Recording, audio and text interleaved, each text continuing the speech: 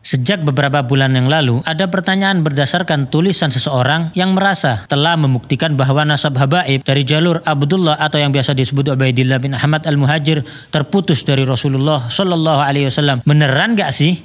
Diambil dari Risalah Ahlul Bait dan Nasab Ba'alawi yang dirilis oleh Rabithah Alawiyah. Bisa didownload di website Rabithah Alawiyah di www.rabithahalawiyah.org. Penuduh mendasari pernyataannya dari setidaknya 2 kitab yang dijadikan hujjah, yakni Syajaratul Mubarakah yang diklaim karya Imam Fakhrur Razi dan Tahdzibul Ansab karya Al-Ubaidili. Dikatakan bahwa dalam kedua kitab tersebut tidak ada nama Ubaidillah bin Ahmad al-Muhajir, ayah dari Alawi yang wafat abad 4 Hijriah, datuknya para Alawiyin.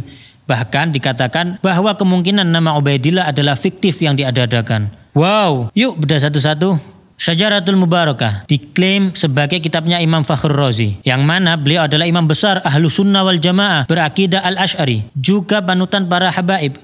Tapi janggalnya, kitab tersebut tidak pernah tercatat dalam sejarah sebagai kitab beliau. Kok bisa? Di dalam kitab-kitab ulama besar Ahlus Sunnah yang sangat mengenal Imam Fakhrur Razi secara detail, tidak ada yang menyebutkan kitab tersebut sebagai karya tulis beliau. Seperti Az-Zirikli dalam Al-Alam, Al-Hamawi dalam Mu'jam Udaba, dan Ibnu Khalikan dalam Wafiyatul A'yan.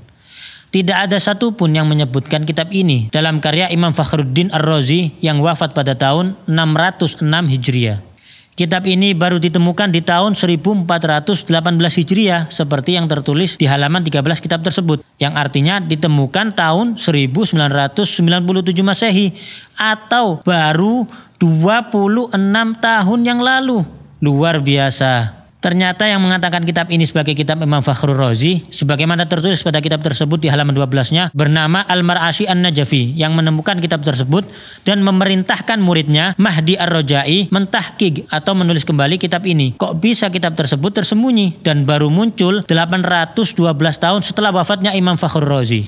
Jika memang penuduh yakin, maka datangkanlah kepada kami satu bukti tertulis pada abad 7, 8, 9 atau bahkan 10 Hijriah dari ulama Ahlus Sunnah ternama yang menyebutkan ini adalah kitab Imam Ar-Razi. Dan bagaimana mungkin menisbatkan kitab yang baru ditemukan kemarin sore sebagai kitab abad ke-6? Penuduh cenderung selalu menghindar dari pertanyaan ini. Penuduh berdalih bahwa si penemu kitab dan pentahqiqnya pun pada halaman 11 mengakui bahwa beliau terkejut saat menemukan kitab ini. Dan gak perlu penuduh meminta Rabithah Alawiyah ngecek ke perpustakaan di Istanbul, karena Rabithah tidak dalam keraguan sedikit pun. Justru penuduh yang harus mendatangkan bukti dari abad awal. Apalagi banyak kejanggalan pada kitab tersebut, seperti banyaknya nama besar yang tidak tercatat, seperti Syekh Abdul Qadir Al-Jailani yang hidup sezaman dan sewilayah dengan Imam Ar-Razi. Justru tidak tercantum dalam kitab tersebut dan banyak nama lain. Bahkan pada halaman 92 disebutkan Imam Ar-Razi, sosok ulama besar Ahlus Sunnah, justru dikatakan meyakini Imam 12 Syiah dan mengatakan Imam Mahdi sudah lahir menunggu pembebasan. Jadi sangatlah wajar jika banyak pihak yang 1000% meragukan kitab tersebut sebagai tulisan Imam Fakhrur Razi. Uniknya lagi adalah baik Mahdi Ar-Raja'i selaku mentahqiq dan Mar'ashi An-Najafi selaku penemu sama-sama punya kitab nasab tulisan mereka sendiri yang mengakui nasab Ubaidillah bin Ahmad, bahkan menuliskan pengakuan ketersambungan ke Rasulullah Shallallahu Alaihi Wasallam, suatu fakta yang tidak banyak dibahas. Oke, satu hujjah penuduh kita coret dulu. Lanjut hujjah kedua. Kitab Tahdzibul Ansab. Kitab ini karangan Syekh Ubaidili. Beliau adalah seorang ahli nasab yang mana dalam kitab tersebut Al-Ubaidili hanya menyebutkan di antara anak Ahmad bin Isa. Artinya beliau tidak berniat menyebutkan seluruhnya. Namun justru dalam catatan lain kita temukan perkataan Al-Ubaidili yang memang memiliki ribuan lembar catatan manuskrip yang dinukilkan oleh ahli nasab ternama Said Murtadha Az-Zabidi, yaitu Syekh Syaraf Ubaidili berkata, Syarif Ahmad bin Isa An-Nagib berhijrah dari Madinah ke Basra di 20 tahun kedua dari abad ke-4 Hijriah, yakni tahun 317 Hijriah. Beliau keluar bersama putranya Abdullah ke arah timur. Dengan demikian, Al-Ubaidili justru menjadi ahli nasab abad ke-5 yang turut mengakui adanya Abdullah bin Ahmad. Kami tidak mungkin menerima tuduhan sang penuduh bahwa ahli nasab sekelas Az-Zabidi berbohong dalam mengutip perkataan Al-Ubaidili tersebut. Sekarang dua hujjah tersebut sudah kita bahas. Nah, sekarang gantian. 1. Mampukah penuduh mendatangkan bukti dari abad 7, 8, 9, 10, 11, 12 atau bahkan 13 bahwa ada ahli nasab yang mempertentangkan kebenaran nasab Alawiyin? Perlu diketahui bahwa tidak ada satupun ahli nasab terdahulu yang mengingkari nasab tersebut. 2. Ilmu nasab sudah baku dan disepakati oleh seluruh mazhab tentang syarat penetapan suatu nasab. Lalu penuduh membuat suatu syarat, yakni harus ada kitab yang ditulis di zaman tersebut. Pertanyaannya, ahli nasab mana yang mengatakan kaidah tersebut adalah syarat isbat suatu nasab? Lalu kenapa penuduh membuat syarat atau kaidah baru yang tidak dikenal dalam ilmu nasab sebelumnya? Dapatkah penuduh mendatangkan satu saja ahli nasab terdahulu dari mazhab manapun yang mengatakan hal tersebut sebagai syarat penetapan nasab? Pertanyaan-pertanyaan tersebut dihindari oleh penuduh yang lalu berusaha beralih ke pembahasan lain. 3. Dan kata siapa Imam Ubaidillah hilang fiktif selama 500 tahun lebih? Jika mau sabar dalam mempelajari, nasab tersebut disebutkan oleh catatan nasab dari kalangan Alawiyin. Tapi mengingat penuduh tidak berkenan dengan catatan nasab dari kalangan Alawiyin, mari kita lihat sebagian dari banyaknya bukti tertulis oleh para ulama ternama dari zaman ke zaman yang mengakui nasab Alawiyin, termasuk Abdullah bin Ahmad, seperti Al-Janadi yang telah menyebutkan nasab Abdullah bin Ahmad. Dalam kitab As-Suluk karya Al-Janadi telah disebutkan nasab Abdullah bin Ahmad.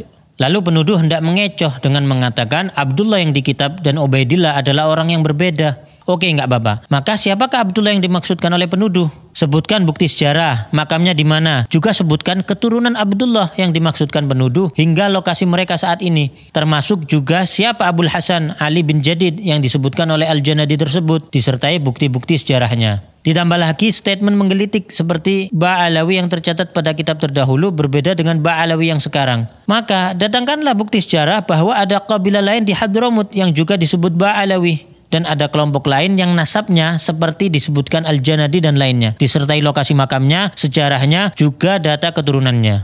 Al-Yafi'i, Al-Malikul Afdal yang juga menyebutkan nasab Abdullah bin Ahmad.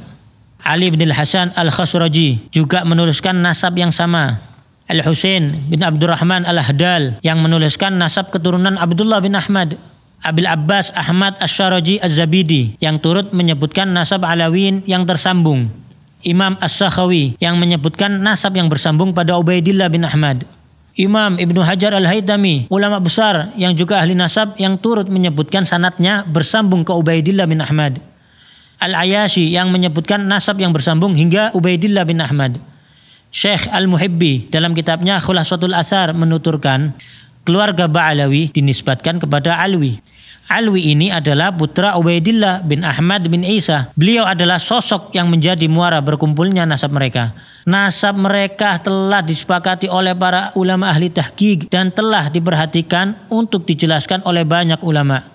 Lalu Syekh Yusuf An-Nabhani, seorang mufti besar dan guru dari para ulama Ahlus Sunnah wal Jamaah, guru dari Hadratus Syekh Hashim Asy'ari, menjelaskan dalam mukaddimah kitabnya Riyadul Jannah, sesungguhnya para sada al-Ba'alawi telah disepakati oleh umat Nabi Muhammad SAW di sepanjang masa dan di setiap tempat, bahwa mereka termasuk ahlul bait yang paling sahih nasabnya, paling kokoh kemuliaannya, dan paling banyak ilmu, amal, keutamaan serta adabnya. Hadratus Syekh Hashim Asy'ari bahkan mencantumkan Al-Habib Ahmad bin Abdullah As-Saggaf yang merupakan salah satu pendiri Rabithah Alawiyah dalam Qanun Asasi saat pendirian Nahdlatul Ulama.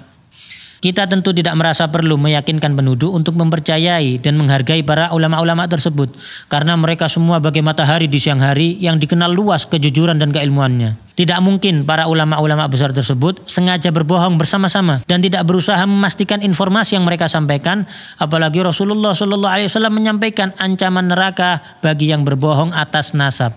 Sejarah Alawiyin telah jelas disertai lokasi makam dan tempat bersejarah mereka yang terjaga hingga kini. Dapatkah penuduh sebutkan satu saja ulama atau ahli nasab terdahulu di Hadramut yang menafikan bukti-bukti sejarah tersebut? Lalu apakah catatan nasab Rabithah Alawiyah diakui ahli nasab dan naqabah internasional? Tentunya tidak hanya sekedar surat dengan cap dan tanda tangan. Hubungan dengan ahli nasab dan naqabah di Yaman terjalin dengan baik. Naqabah Mesir yang beberapa kali berkunjung ke Rabithah Alawiyah.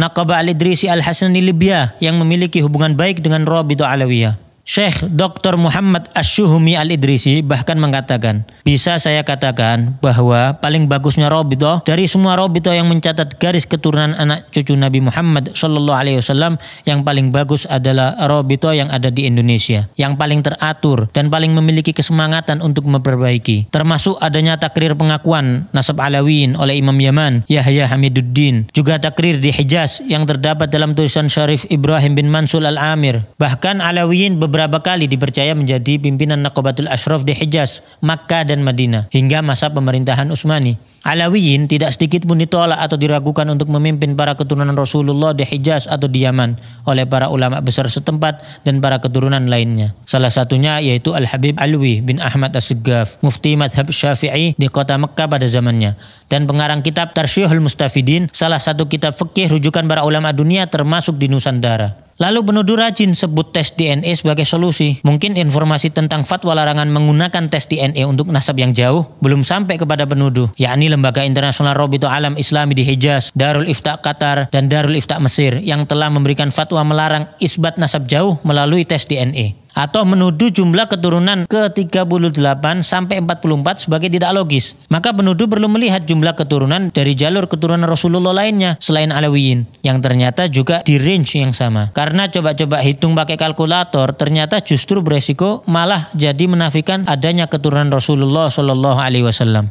Bukti bahwa nasab tersebut sudah memenuhi syarat syuhrah wal istifadhah juga tidak terbantahkan dengan tidak adanya penolakan dari abad ke abad. Juga diakui oleh para ulama besar dan ahli nasab dari masa ke masa. Tidak disebutkannya sebuah nama pada suatu kitab nasab tidak dapat diartikan orang tersebut tidak ada atau bahkan fiktif, karena terdapat ulama dan ahli nasab thiqah lainnya yang menulis dan menambahkan. Maktab Daimi di dalam Rabithah Alawiyah ditujukan untuk melanjutkan catatan-catatan nasab dari para pencatat terdahulu kalangan Alawiyin untuk diteruskan di Indonesia demi menjaga keberlangsungan dan pemutakhiran catatan nasab tersebut. Jadi, meski didirikan tahun 1928, catatan nasab yang digunakan bersambung sanadnya dari ahli keluarga dan nasab zaman ke zaman. Tentu kita bersyukur kepada Allah Subhanahu wa taala. Terdapat para kiai, ulama dan banyak pihak yang berdiri membela para habaib. Jika ada beberapa oknum habaib yang belum mengikuti kemuliaan akhlak dan kesolehan datuk-datuknya, maka kami memohon doa antum semuanya agar Allah Subhanahu wa taala memudahkan langkah mereka menuju kebaikan. Nasab yang bagus itu bukan untuk membanggakan diri, bukan untuk meremehkan orang lain. Nasab yang bagus itu adalah tuntutan bagi kamu. Kamu harus seperti datuk-datuk kamu yang baik, yang soleh. Dulu kakek-kakek kita itu dicintai masyarakat karena kontribusi sosialnya yang nyata di masyarakat. Masyarakat menyaksikan akhlaknya yang mulia, ilmunya yang luas. Kemudian bagaimana ketika duduk bersama datuk-datuk kita, mereka bisa mendapatkan solusi atas semua permasalahan hidup mereka. Kita sudah jauh berbeda dengan mereka saat ini. Bukan malah nasab itu dikapitalisasi, dijadikan kebanggaan karena tidak ada gunanya sama sekali. Anda tidak mendapatkan ini dari usaha Anda. Dan kepada para habaib yang telah berusaha melanjutkan estafet keilmuan, akhlak, juga kontribusi bermasyarakat sebagaimana datuk-datuknya, maka kami mohon doa agar mereka pun diberi kekuatan oleh Allah untuk dapat istiqamah.